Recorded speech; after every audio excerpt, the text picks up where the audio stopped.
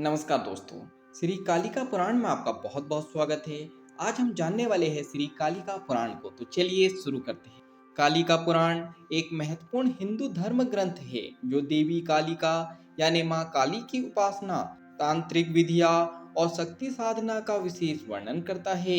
मार्कंडेय पुराण की भांति इसमें श्री देवी के महात्म्य की चर्चा विस्तार से की गई है। इस पुराण के प्रमुख वक्ता मार्कंडेय मुनि हैं। इस पुराण में कई कथाओं का रूप परंपरा से पाई जाने वाली कथाओं से हटकर है।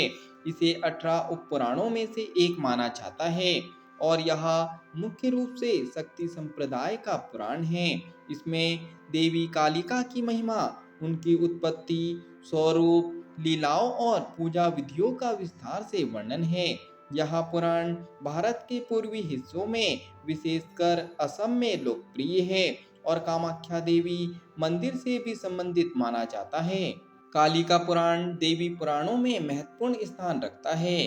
कालिका पुराण में प्रमुखता से तांत्रिक साधना, यज्ञ, व्रत, पूजा और देवी काली, भगवान शिव, कामाख्या देवी तथा अन्य देवी देवताओं के स्वरूपों, उनकी शक्तियों और महात्म्य का वर्णन है।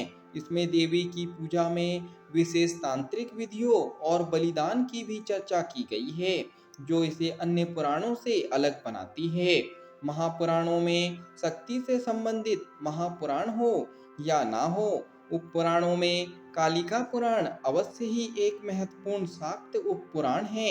यह पुराण देवी महात्म्य का वर्णन करता है और इसे देवी भागवत का हिस्सा माना जाता है। देवी भागवत महापुराण के 5वें स्कंद को कालिका पुराण कहा जाता है। इस पुराण के दो नाम हैं, पहला कालिका पुराण, दूसरा काली पुराण। कालिका पुराण में वर्तमान में 90 अध्याय है। पाठ के पहले भाग में देवी के चरित्र का प्रभुत्व है, जबकि दूसरे भाग में कामाख्या महात्म्य के साथ तांत्रिक पूजा का प्रभुत्व है।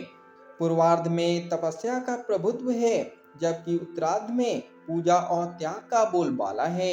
इसी आधार पर कुछ विद्वान 45 अध्याय तक के कालिका पुराण को मूल पुराण तथा उत्तरार्ध को प्रक्षेपित खंड मानते हैं।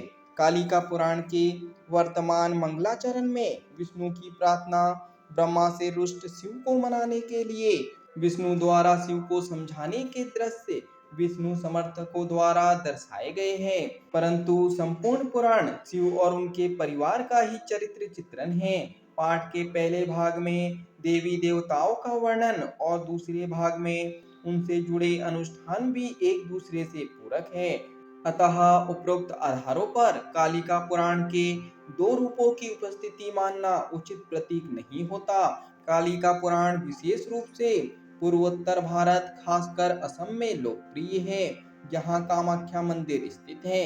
यह ग्रंथ उन साधकों और उपासकों के लिए मार्गदर्शन का स्रोत है जो तांत्रिक साधना करते हैं और दुर्गा यानी दुर्गा काली आदि की उपासना में रुचि रखते हैं। आज हमने श्री कालिका पुराण को जाना। आज के लिए इतना ही। धन्यवाद।